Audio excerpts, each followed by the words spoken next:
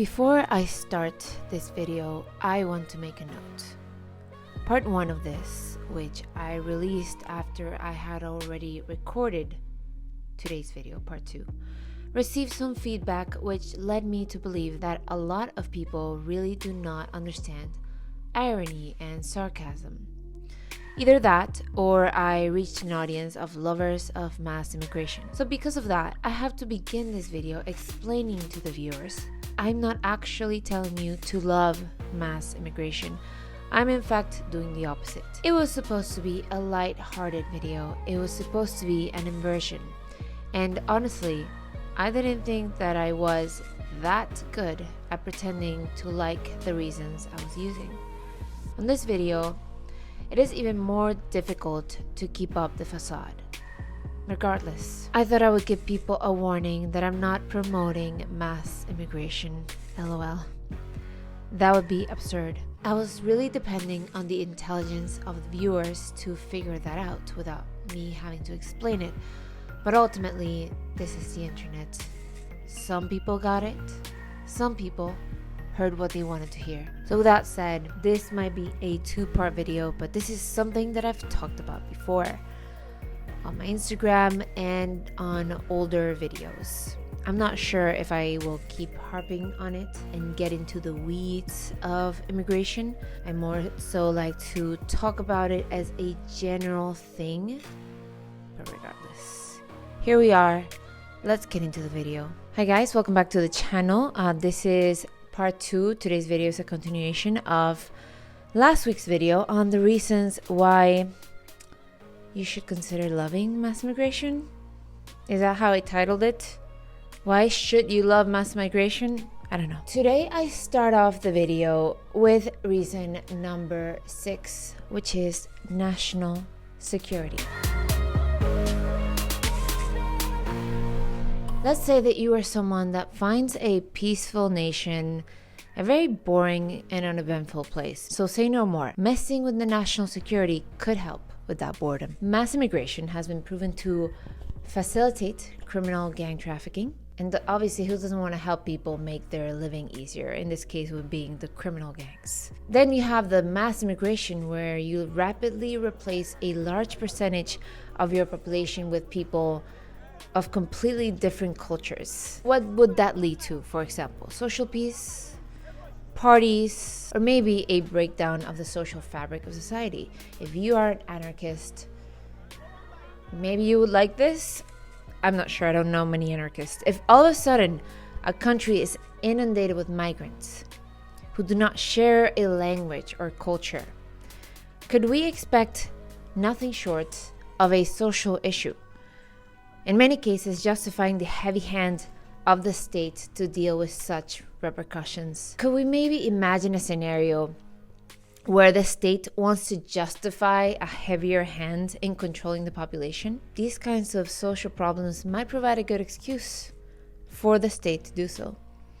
But at the same time, it is a bit odd how sometimes the media conceals these issues. Perhaps they hide it or conceal it until the issue is large enough so that just stopping the flow of immigration is not going to do the trick. A heavy hand is what will be needed. Have you heard of the grooming gangs in England? The gangs of men in England, often from Pakistan. Now, the media mainstream will tell you that it is mostly white men. If you look it up, that's what it will say.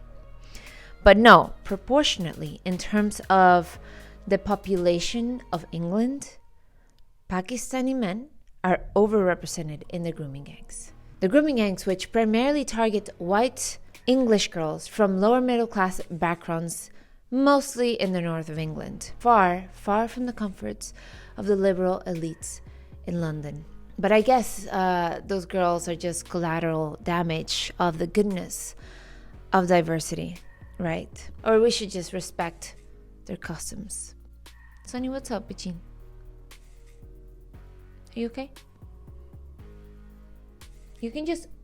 Sonny, I'm gonna move on to a different topic at the moment, which is housing. Because the other one might be a little bit too much for the community guidelines. Housing. We like housing, right? We like a housing boom, yes. Developers surely love building housing and getting money, and more money for that. So perhaps if you are one, maybe you could make some money with a government contract to build housing for migrants. There is a study from the ISA Institute of Labor Economics titled, quote, Immigration and Housing Booms, Evidence from Spain, which looked at the 10-year period between 1998 and 2008 in Spain, which happened to have a big immigration wave and also a spectacular housing market boom, as they called it. So the evidence they studied led them conclude that there was a, quote, sizable causal effect of migration on both prices and quantities of the housing market, unquote.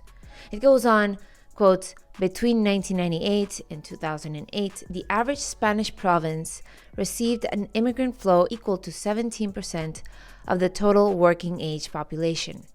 We estimate that this inflow increased house prices by about 52% and is responsible for 37% of the total construction of new housing units during the period. These figures imply that immigration can account for roughly 1/3 of the housing boom, both in terms of prices and new construction, unquote.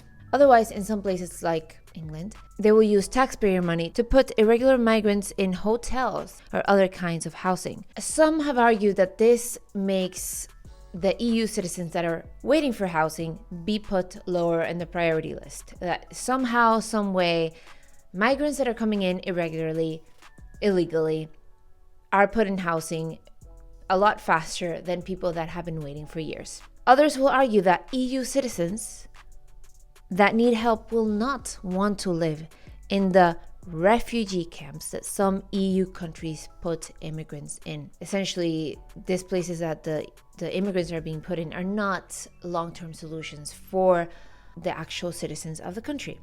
But if you really think about it, this is not an argument for immigration. There is no reason why these countries should incur the economic costs of paying for the housing of the migrants.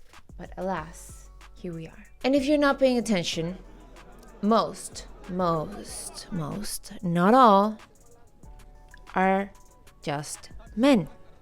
Are young men the only ones in need of help from their countries of origin? Are women just having a grand old time there?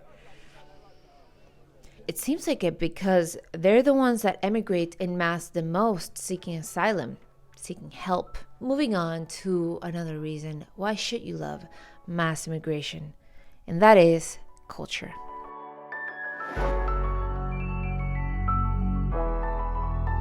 I have already touched on this plenty, so I will just reiterate here. If you know me, I'll use this example. If you know me, you know how much I love Italian culture. I love Italy. I thought I had more Italian blood in me. But to my disappointment, when I did 23andMe and Ancestry, I was only 15%-ish Italian, depending on which source you ask. The rest of me is mostly Spanish and Basque, which I'm not surprised, with some segments of Eastern Europe here and there, among very, very low percentage of other things. But regardless, maybe this love of Italy I have is a leftover from the Roman Empire over the Iberian Peninsula. Spain is great too. I love Spain. Anyway, tangent. Imagine a bunch of Italian citizens, all 59 million of them, move to the Seychelles Islands. Seychelles. A country much, much smaller. Would Seychelles be able to keep its culture? Or would Italians simply overwhelm them and Seychelles would become a new Italy? Obviously, you know the answer, and obviously this is an exaggerated example, but so many European countries have masses of people coming in with different cultures. Some of them, the native ethnic Italians, native ethnic Europeans are no longer projected to be the majority of their nations. I mean, I remember being in England the first time in the 80s, and it was very different. Yeah. Very different. How so? Well, first of all, London was like all white, Yeah. Yep. It was. So can we just celebrate that victory, that we made a place more diverse? Some people are celebrating this, that the people that took them in are less than them, which is interesting. London's population, for example, is already minority English, with one of the most popular names in the city being Mohammed. Now, does Mohammed sound like a culturally English name to you? No? Well, maybe you don't like the preservation of European culture, in which case you are the one celebrating its demise, its slow death. Hopefully that won't happen. But the idea of them being overwhelmed with migrants does not bother you. There are also certainly some self-hating whites/Europeans who hate their skin and see themselves as pasty and inferior, and that's very unfortunate. But in reality, think about this. If you truly like diversity of cultures, this is hard to preserve with people moving so rapidly across nations. Slowly, the concept of nations is eroded, and we finally are not nations, but geographic areas that have no reason to not accept a supranational government. After all, there are not that many differences, right? Everyone is from everywhere. This is what's going to be the next reason: globalization versus nationalism.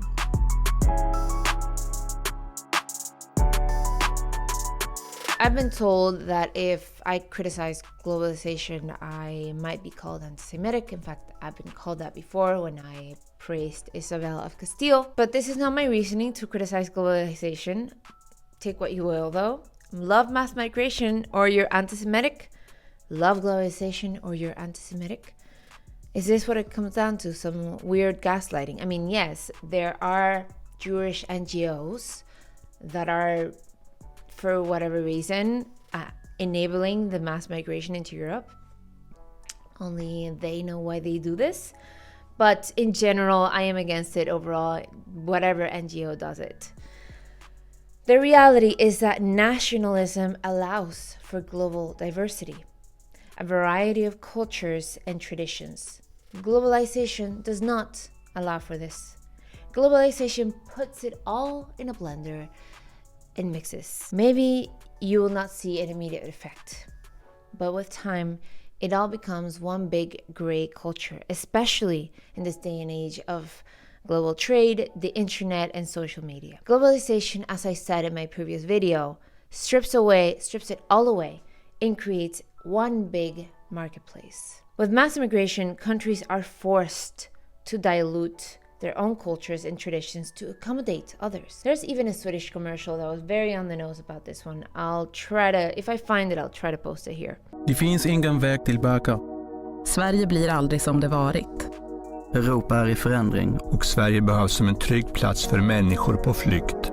Nu måste vi söka vägar framåt och hitta ett sätt för alla att leva tillsammans. Det är dags att inse att nya svenskar kommer att ta plats. Med kultur, språk och vanor. Och det är dags att se det som en positiv kraft. Att vara svensk måste få vara mer än hudfärg och födelseort. Det måste få vara du, jag och alla tillsammans. Det är inte bara nya svenskar som ska integreras. Alla behöver integreras, även etablerade svenskar. Integration handlar om ömsesidighet. Låt oss skapa en framtid som bygger på lika delar realitet och framtidstro. Låt oss bygga ett land där vi sätter hat och rädsla åt sidan. Vi har alla det nya landet inom oss. I våra synsätt, tankar och handlingar.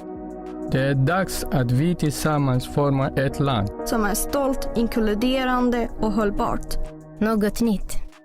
Det nya landet. We are told to reserve our judgment, to not judge, to respect other cultures. But isn't this a two-way street? It does appear that sometimes people do not have respect for the culture that adopts them, for the culture that they move to, and they don't make that much effort to adapt to it. I respect the ones who do, but a lot of people don't. Finally, and some would think most importantly, let's discuss the reason of democracy. Most people in the countries where mass migration is occurring whether they are immigrants themselves or not, agree that immigration should be controlled, that the onslaught of people coming in should be either reduced, stopped, and or even some people sent back. So if we believe in the idea of democracy, and most of these countries claim to be democracies, right? Then shouldn't the desire of most of those people be respected? For some reason, it isn't.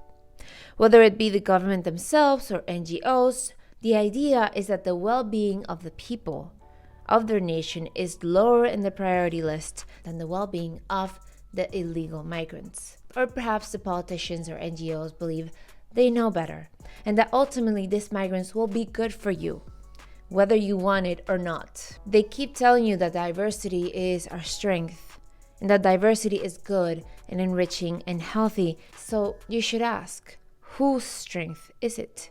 They keep telling you to like it, dang it. And here we are. Sometimes democracy does not matter after all. What matters are leaders who are not just loyal to themselves, but to their nations.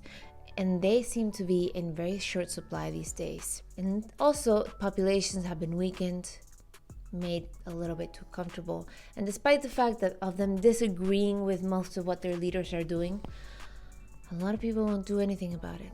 And I wonder how much it will last. When will we reach the last straw?